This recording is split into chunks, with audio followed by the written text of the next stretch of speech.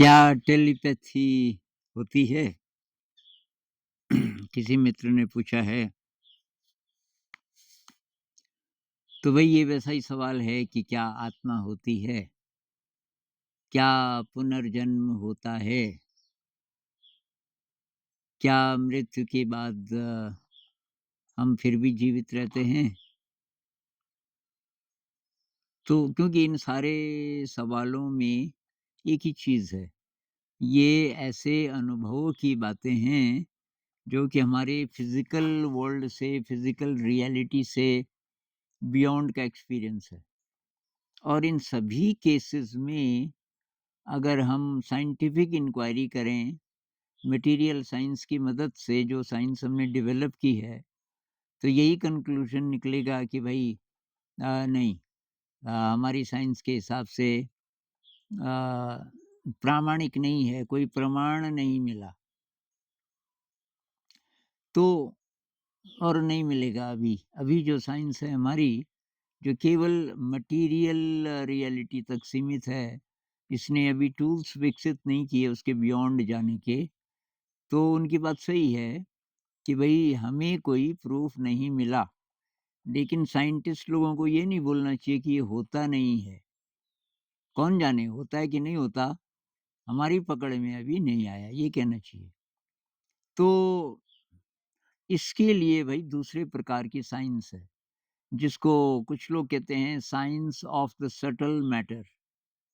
एक और प्रकार का मैटर है अ, जिसको हम एस्ट्रल मैटर कह सकते हैं। योगानंद जी ने अपनी किताब में थोड़ा ज़िक्र किया है इसका, एस्ट्रल वर्ल्ड्स का, जो कि किसी दूसरे मैटर से बने होते हैं।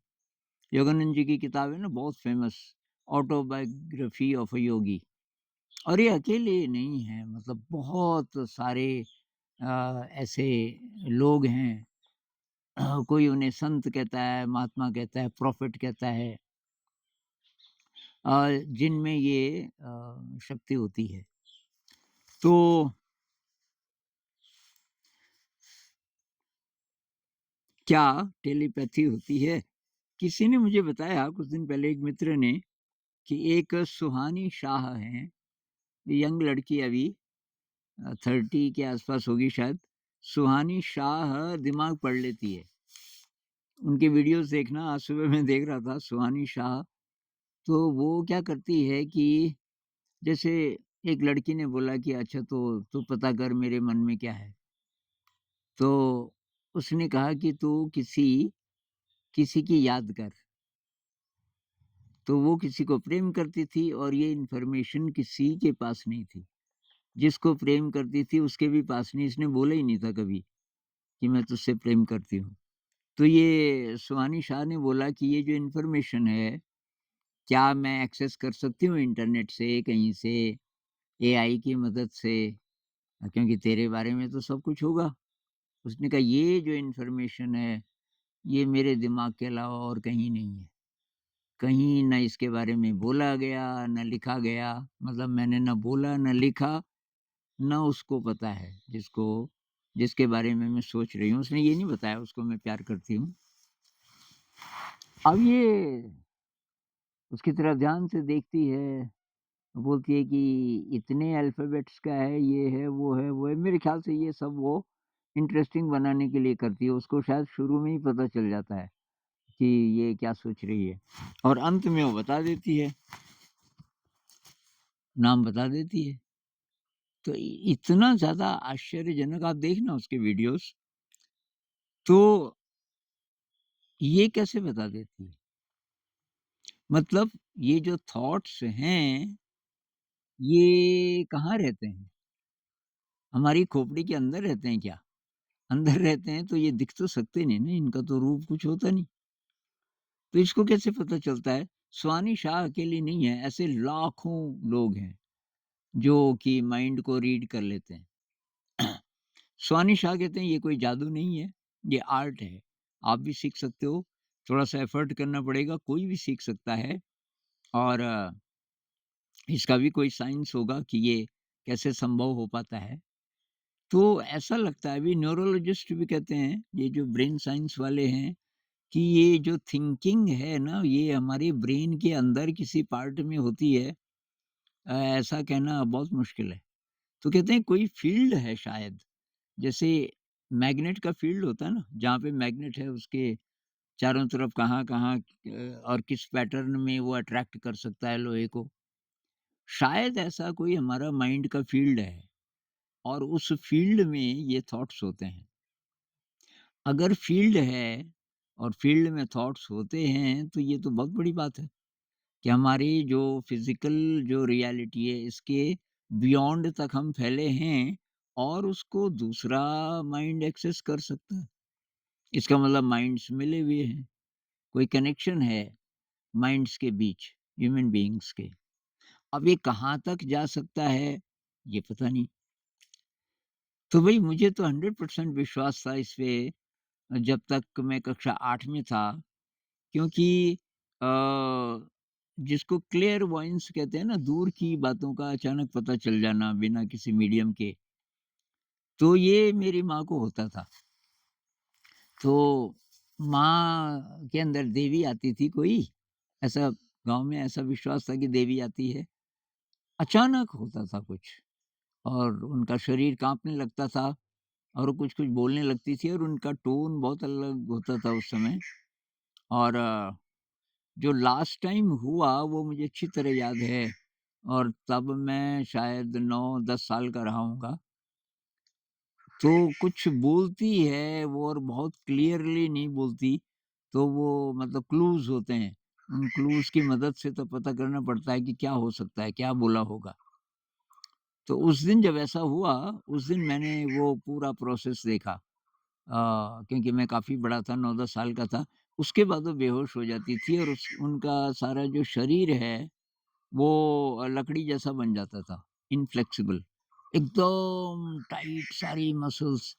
तो तब ये मेरी भाभी, मेरी दीदी वो मालिश करने लगे और तो जब होश आया माँ को, तो ऐसा लगा जैसे कितने ही महीनों का कोई बीमार ठीक हुआ हो, बहुत वीक और उनको कुछ याद नहीं था। फिर मैंने पूछा क्या हुआ? और ऐसा कि हर बार होता था, और इससे पहले की याद मुझे नहीं है जब उनको ऐसा हुआ होगा। क्या हुआ? कि कुछ-कुछ बोला, कि क्या बोला? कैसे? अच्छा, माँ का खुद कोई ब्लाइंड फेथ नहीं था देवी पे। वो बोलती थी अब ये जो भी हुआ मुझे नहीं पता क्या हुआ, पर ऐसी देवी है तो तब मुझे एक भैंस दे दे, दूध देने वाली भैंस दे दे ऐसी देवी है तो। मतलब माँ का अंधविश्वास नहीं था पर उनको ये होता था। अब जो होता था उसको कोई इग्नोर कर नहीं सकता था और उसका असर होता था उनके शरीर पे, बहुत बड़ा झटका लगता था। और मैंने सुना कि ऐसा बहुत लोगों के साथ होता है, ये जो साइकिक होते हैं, जो उस एस्ट्रल वर्ल्ड में कुछ लोग जानबूझ के भी जा सकते हैं और तो जब ये इन्फॉर्मेशन लेके जो भी आंसर आपको दे देते हैं, लेकिन उसका असर पड़ता है इनके शरीर पे बहुत ज़्यादा। तो माँ का मैंने देखा कि उनको मेरे ख़्याल से तो 20 मिनट से लेके आधा घंटा तक लगा होगा पूरा होश में आने में। फिर क्लूज़ डिस्कस करने लगे, कुछ-कुछ ने अंदाज़ लगा लिया था। तो मेरी बड़ी दीदी, उनकी शादी हो चुकी थी, उनका बच्चा होने वाला था। ये इन्फॉर्मेशन पता नहीं किसके पास थी, किसके नहीं थी, पर ऐसा लगा जैसे कुछ हुआ, जैसे वो बच्चा मरा हुआ पैदा हुआ, उनकी बातों से। तो भाभी ने, किसी ने बोला होगा माँ को कि ऐसा तो नहीं हो सकता कुछ, क्योंकि ऐसा बोला देवी ने, ऐसा बोला, ऐसा बोला। तो माँ ने कहा, "यार बच्चा तो उसका सचमुच होने वाला था। कोई जाओ, पता करो।" पता किया, लगभग उसी समय जब वो देवी आई अ, वो मरा हुआ बच्चा हुआ। तो 100% विश्वास था, फिर मैं साइंस का स्टूडेंट बन गया, गाँव से दूर चला गया। उस बीच मेरे फिर पिताजी की डेथ हो गई, पिताजी तो मेरे गुरु थे, मेरे हीरो थे, ये मुझे बहुत बाद में पता चला कि बहुत सारी चीज़ें मैंने कहाँ से सीखी। तो मेरा फ़ेथ गड़बड़ा गया, मैंने कहा कहाँ है? देवी है तो कहाँ है? और उसके बाद फिर ये जितना लिटरेचर पढ़ा तो उसमें भी ये तो अब साइंस में तो कहीं बोलते नहीं ना कि कोई डिवाइन रियलिटी है। साइंस में बोलते हैं ये पूरे ब्रह्मांड में भाई यही है लिविंग प्लैनेट, ऐसा बोलते थे उस समय तक। अब तो नहीं बोलते, अब कहते हैं कि हज़ारों और लाखों हो सकते हैं। तो ये जो है ना क्लेयरवॉयंस, टेलीपैथी कह लो, उसी से रिलेटेड, तो होता तो है यार, कुछ ना कुछ तो होता है। अब साइकोलॉजी के हिसाब से देखें तो जो युंग था ना, कार्ल गुस्ताव युंग, ये फ्रॉइड का डिसाइपल था। फ्रॉइड डिसाइपल कह लो या दोस्त कह लो, तो फ्रॉइड का असर बहुत ज़्यादा था इन पे। और तो ये जो जिसको हम बोलते हैं कॉन्शियस माइंड, सबकॉन्शियस, अनकॉन्शियस, तो ये इसी के बारे में कुछ-कुछ वो भी बोलते थे युंग, उनसे अलग नहीं हुए थे।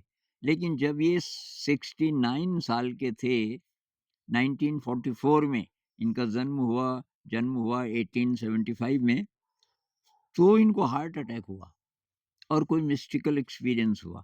ये पूरी धरती को देख रहे थे ऊपर आकाश से, और ऐसे-ऐसे अनुभव हुए, तब इन्होंने ये कॉन्सेप्ट डेवलप किया, कलेक्टिव अनकॉन्शियस। कलेक्टिव अनकॉन्शियस का मतलब पूरे ह्यूमन रेस का जो इतिहास है, और उन्होंने उनके जो थॉट्स हैं, उनके जो विश्वास हैं, उसका कोई डेटा बैंक है एक तरीके से, जो कि इंडिविजुअल्स एक्सेस कर सकते हैं। उन्होंने इस तरीके से कहा कि वो साइकोलॉजी में फिट हो सके। क्योंकि अगर वो बिल्कुल ही अलग बात करते तो उनका जो करियर था अभी तक साइकोलॉजी में, फिर कोई पूछता नहीं। सब बोलते इसका दिमाग खराब हो गया, क्योंकि तब तक काफ़ी ये माने जाने लगे थे। तो उन्होंने उसी में फिट करने के लिए मेरे ख़्याल से, दूसरा उनके पास कोई ऐसा एक्सपोज़र था भी नहीं स्पिरिचुअलिटी का। तो अभी बहुत सारे लोग ये कहते हैं कि 3 चीज़ें हैं। एक तो हमारी ये फ़िज़िकल बॉडी है। ये शरीर है जिसमें ब्रेन है, और ये जो फ़िज़िकल बॉडी है, इस पे सारे जो मटेरियल नियम कानून हैं वो सब लागू होते हैं, क्योंकि ये इस पदार्थ का बना है। नियम कानून का मतलब ये है कि अगर आप बहुत ऊँचे से छलांग लगाओगे नीचे, तो मर भी सकते हो, क्योंकि यहाँ ग्रेविटी है। फिर हम साँस लेते हैं, फिर हम खाना, ये जितने भी नियम हैं, तो फ़िज़िकल बॉडी इस मटेरियल रियलिटी के लिए बनी है, ये शरीर। क्योंकि यहाँ उसको कुछ अनुभव लेने हैं, उसके लिए यही शरीर ज़रूरी है, और इसमें जितने कष्ट हैं, जितने दुःख हैं, वो सब होंगे। हमारा एक और शरीर है, जिसको सटल बॉडी कह लो, और जिसको एस्ट्रल बॉडी कहते हैं ज़्यादातर लोग, एस्ट्रल बॉडी। ये योगानंद जी भी इसी का यूज़ करते हैं, एस्ट्रल वर्ल्ड्स हैं। एस्ट्रल बॉडी मतलब सोल नहीं अभी, एस्ट्रल बॉडी का मतलब ये एनर्जी से बना हुआ शरीर है, जिसके पास ये सारी शक्तियाँ तो हैं ही, जो हमारे फिज़िकल बॉडी में है, फिज़िकल ब्रेन में है। मतलब हमारी पूरी मेमोरी, हमारी दक्षताएँ इत्यादि वो सब तो है ही। उसके अलावा ये सुपर ब्रेन है, मतलब ये कहीं की भी इन्फॉर्मेशन ले सकता है, इतनी इसमें शक्ति है। किसमें? ये एस्ट्रल बॉडी में। तो जिसको एस्ट्रल ट्रैवल कहते हैं, आउट ऑफ बॉडी एक्सपीरियंस कहते हैं। और ये ल्यूसिड ड्रीम में हमारा जो शरीर, ल्यूसिड ड्रीम क्या होता है? जब सपने में आपको पता चल जाता है कि ये सपना है, और तब आपके जो अनुभव होते हैं, उसमें ये होल ब्रेन एक्सपीरियंसेस, क्योंकि आपका सारा ब्रेन उस समय जागृत होता है, और उस अवस्था में आप काफ़ी प्रकार का नया ज्ञान ले सकते हैं। और उस समय आप अगर ध्यान करें, लूसिड ड्रीम में अगर आप ध्यान करें, तो कहते हैं कि 10,000 घंटे का ध्यान इस शरीर से, फिजिकल बॉडी से, और वहाँ 1 मिनट का ध्यान एस्ट्रल बॉडी से लगभग बराबर है। तो इसलिए वज्रयान बुद्धिज्म में बोलते हैं कि भई जो काफ़ी एडवांस्ड मेडिटेटर बन गए, कई हज़ार साल नहीं, सॉरी, घंटे, जैसे 10,000 घंटे का ध्यान हो गया किसी का, और काफ़ी एडवांस्ड है, तो उसको बोलते हैं कि अब तो ल्यूसिड ड्रीम सीख, और तब तो सपने में, लूसिड ड्रीम में ध्यान करना। सपना नहीं बोल रहे हैं, ये ऑर्डिनरी सपना नहीं मत समझना इसको, लूसिड ड्रीम बहुत अलग चीज़ है। लेकिन आप सीख सकते हो, मेरे चैनल पे कुछ वीडियोज़ हैं, 3 से ज़्यादा वीडियोज़ हैं लूसिड ड्रीम के बारे में और कैसे आप सीख सकते हो। मैं और भी बना दूँगा अगर आपको इंटरेस्ट है। और ऐसे अभी साथी बढ़ते जा रहे हैं जिन्होंने ये प्रैक्टिस की और उनको लूसिड ड्रीम होने लग गए। कुछ को पहले से होते थे, पर वो सीरियसली नहीं लेते थे। अभी नए-नए अनुभव उनको होने लग गए हैं। तो उसमें जो शरीर हमारा होता है, वो एस्ट्रल बॉडी, तो एस्ट्रल बॉडी एस्ट्रल वर्ल्ड्स में ट्रैवल कर सकती है। मतलब पता नहीं कितने जगत हैं जो इस मैटर के नहीं बने हैं और उसमें ये एस्ट्रल बॉडी जा सकता है, ऐसा कहते हैं। तो एक एडगर केसी जी हैं, अभी डेथ हो गई उनकी, तो काफ़ी टाइम पहले डेथ हो गई। एडगर केसी को बोलते थे स्लीपिंग प्रोफेट। वो कहता था आकाशिक रिकॉर्ड्स हैं। आकाशिक रिकॉर्ड का मतलब है कि एक ऐसा रेल्म है जिसमें सारे एक्सपीरियंसेस हैं। मतलब पूरे ब्रह्मांड के जितनी भी चीज़ें हुई हैं अभी तक, जितने इंसानों ने जो-जो सोचा, जो-जो किया, एवरीथिंग, सब कुछ आकाशिक रिकॉर्ड्स में है और वो एक्सेस किए जा सकते हैं, उसको सीखना पड़ेगा। तो ये आदमी, इसके पास लोग एक तो हीलिंग के लिए जाते थे। कोई हीलिंग है, कोई ऐसा ट्रॉमा है जिसके रूट समझ नहीं आ रहे, तो वो उसको स्लीपिंग प्रोफेट इसलिए बोलते थे, उसको सोना पड़ता था। वो लेटता था और थोड़ी देर में सो जाता था और अब बोलता था उसका उत्तर। तो शायद वो सोने का मतलब जो फिज़िकल बॉडी है, वो सो जाती होगी और उसका जो एस्ट्रल बॉडी है, वो ट्रैवल करता था। और वो जो आकर्षिक रिकॉर्ड्स में से जो इन्फॉर्मेशन चाहिए वो लेके वो आ जाता था। फिर वो बोलता था पास्ट लाइफ में ये हुआ, ये हुआ, ये हुआ, इसके कारण ये हुआ, अब तो ऐसा कर और ठीक हो जाएगा। और वो ठीक हो जाता था। तो उसमें बहुत सारी ऐसी इन्फॉर्मेशन थी जो वेरिफाएबल थी, जिसको वेरीफ़ाई किया जा सकता था। फिर बहुत सारे साइंटिस्ट उसके पीछे पड़ गए कि ये फ़ेक है। भई ये जो ट्रेडिशनल साइंस है ना, वो इसको फ़ेक नहीं बोलेगी तो ट्रेडिशनल साइंस की तो डेथ हो जाएगी। ट्रेडिशनल साइंस का बहुत कम हिस्सा फिर रेलेवेंट होगा। ट्रेडिशनल साइंस रेलेवेंट है, मटेरियल साइंस ने हमें बहुत चीज़ें दी हैं, वहाँ वहाँ वो रेलेवेंट है। लेकिन ये जो दूसरा रिल्म है एस्ट्रल वाला, ये तो इतना विशाल है और इसमें इतनी बड़ी-बड़ी संभावनाएँ हैं कि बहुत चीज़ें अभी जो हैं, जो विज्ञान ने दी, उनकी ज़रूरत नहीं होगी। उदाहरण के लिए आपका जो मेडिकल साइंस है, अभी का, शायद वो सारा का सारा खत्म हो जाए, उसकी ज़रूरत ही नहीं रहेगी। अगर हीलिंग के दूसरे तरीके निकल आएँ, तो फिर उनके पास कौन जाएगा? मेंटल डिसऑर्डर जितने भी हैं, उसके लिए डॉक्टर के पास नहीं जाना पड़ेगा। और जो फिज़िकल भी जो चीज़ें हैं उसके और समाधान निकल आएँगे। क्योंकि एस्ट्रल जगत में जो इन्फॉर्मेशन है बेस्ट, आप पता कर सकते हो मनुष्य जाति के इतिहास में ऐसे रोग की क्या दवाइयाँ रही हैं अलग-अलग सोसाइटीज़ में, और ऐसी-ऐसी चीज़ें निकल आएँगी कि इस दवाई की तो ज़रूरत ही नहीं रहेगी। ख़ासकर एलोपैथी, सभी लोग कहते हैं कि एलोपैथी तो ख़त्म कर रहा है शरीर को। एलोपैथी ऐसा है कि आपको कुछ बुखार हुआ, आपने गोली खाई तो दबा देता है उसको, लेकिन वो अंदर ही अंदर रहेगा, फिर निकलेगा बाहर कभी, ऐसा बोलते हैं। तो जो ट्रेडिशनल साइंस है, एक तो ये कि उनके पास टूल्स नहीं हैं, इसलिए वो इस इन्फॉर्मेशन को कभी नहीं ये भी नहीं बोलेंगे कि हो सकता है सही हो पर हमें नहीं पता। ये भी बोल देने से थोड़ा तो दरवाज़ा खोल दिया उन्होंने। अब उनमें से बहुत कम साइंटिस्ट्स हैं जिनके अंदर या तो पहले से कुछ ऐसी शक्तियाँ हैं, जो ध्यान करते हैं, थोड़ा-सा आध्यात्मिक की लाइन में भी हैं, वो ओपन हैं। वो कहते हैं भई हो सकता है।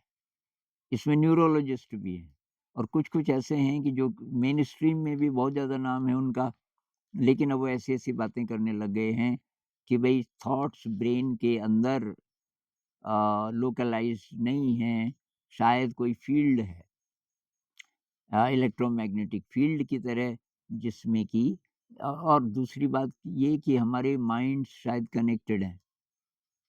और अब ये एनडी आया नया नियर डेथ एक्सपीरियंस नया मतलब 40 साल से तो स्टडी हो रही है इस पे, साइंटिफिक स्टडी। और उन्होंने ये मतलब कंक्लूसिवली ये बात एस्टैब्लिश वो कर रहे हैं कि एस्ट्रल बॉडी होती है और एस्ट्रल बॉडी लोकलाइज्ड नहीं होती, उसको कॉन्शियसनेस बोल रहे हैं अभी कि वो कहीं भी ट्रैवल कर सकता है जो एस्ट्रल बॉडी है और कोई भी ज्ञान प्राप्त कर सकता है। भई अगर ऐसा है तो टेलीपैथी तो फिर छोटी-सी बात है, क्यों नहीं हो सकता टेलीपैथी? हमको क्यों नहीं होता? हो सकता है कोशिश करेंगे तो। अ, मेरा तो ये दृष्टिकोण है कि हम भई ध्यान करें। अब क्यों जानना है कि क्या ये क्या हुआ, वो क्या हुआ? इंस्टिंक्टिवली आपको सही रास्ता मिल जाएगा और इंस्टिंक्टिवली सही आंसर्स मिल जाएँगे अ, अगर आप इस रास्ते पे हैं, ध्यान के रास्ते पर हैं और अगर स्वीकार भाव है, अगर क्योंकि टेलीपैथी का नुकसान भी हो सकता है ना। टेलीपैथी को आप अपने प्लेज़र के लिए इस्तेमाल अगर करने लगे तो आपका डिग्रेडेशन होना शुरू होगा। आध्यात्म की यात्रा जितनी हुई है, अब आप उल्टी दिशा में जा रहे हो। तो बेस्ट ये है कि हम एक्सेप्ट करें, जो भी है, जैसी भी रियलिटी है, हम उसको एक्सेप्ट करें, अपने ध्यान को गहरा करते जाएँ। तो मैं ये मानता हूँ, भाई आप लोग बोलेंगे कि ये तो सुपरस्टिशन है, ये है, वो है, तो जो भी ऐसा बोलना चाहते हैं, उनसे मेरी गुज़ारिश है, थोड़ा नियर डेथ एक्सपीरियंस पर जो साइंस है, उस साइंस को पढ़िए। जो आप बोलते हो ना क्या सबूत है भई, पर आपको थोड़ा-सा रिसर्च तो करनी पड़ेगी ना, आप पहले से आपका जो विश्वास है जी कुछ नहीं होता। एक भाई कह रहे थे निहिलिज़्म बैठ गया मेरे तो अंदर, गुरुजी निकल ही नहीं रहा। भाई थोड़ा स्टडी कर लो ना, निहिलिज़्म कहाँ से पता चला आपको? पढ़ा होगा आपने किसी को। ये सार्त्रे हैं, नीत्शे हैं, एब्सर्डिज़्म है, ये वेस्ट की जो फिलॉसफीज़ हैं। हमारे यहाँ भी था कभी ईट, ड्रिंक एंड बी मैरी वाला, ये ऋणं कृत्वा घृतं पिबेत किसने बोला? चार्वाक। तो इससे आप अ, प्रभावित हो गए। तो प्रभावित होना बहुत आसान है लेकिन थोड़ा-सा रिसर्च करो यार। और रिसर्च करके कुछ ऐसा निकले जो आपके विश्वास से अलग है, तो वहाँ पे चैलेंज है आपके लिए कि कितना आप पकड़ के रखते हो अपने पर्सनल व्यूज़ को, जो कि हो सकता है निराधार हों। तो एनडी वालों को स्टडी करो, मैं एनडी इसलिए बोल रहा हूँ कि वो लोग ज़िंदा हैं। अनीता मूरजानी और उनकी तरह हज़ारों लोग हैं जिनको ये अनुभव हुआ एनडी वाला। और उसका साइंस है पिछले 40 साल से। एक पिन वैम है, पिन वैम, उनको पढ़ लो आप। अ, लाइफ आफ्टर लाइफ एक किताब का नाम है। एक रेमंड मूडी हैं, वो भी एनडी पे लिखते हैं, वो भी साइंटिस्ट हैं। तो ये बहुत सारी किताबें हैं, आप ढूँढोगे तो आपको मिल जाएगा। और ये लोग थ्योरी नहीं बता रहे हैं, ये एक्चुअली जो हुआ और जिसका प्रमाण है, उसके बेसिस पे बोल रहे हैं। क्या प्रमाण है तो थोड़ा स्टडी कीजिए। अ, तो अगर आत्मा होती है, तो भई टेलीपैथी कोई बड़ी बात नहीं है।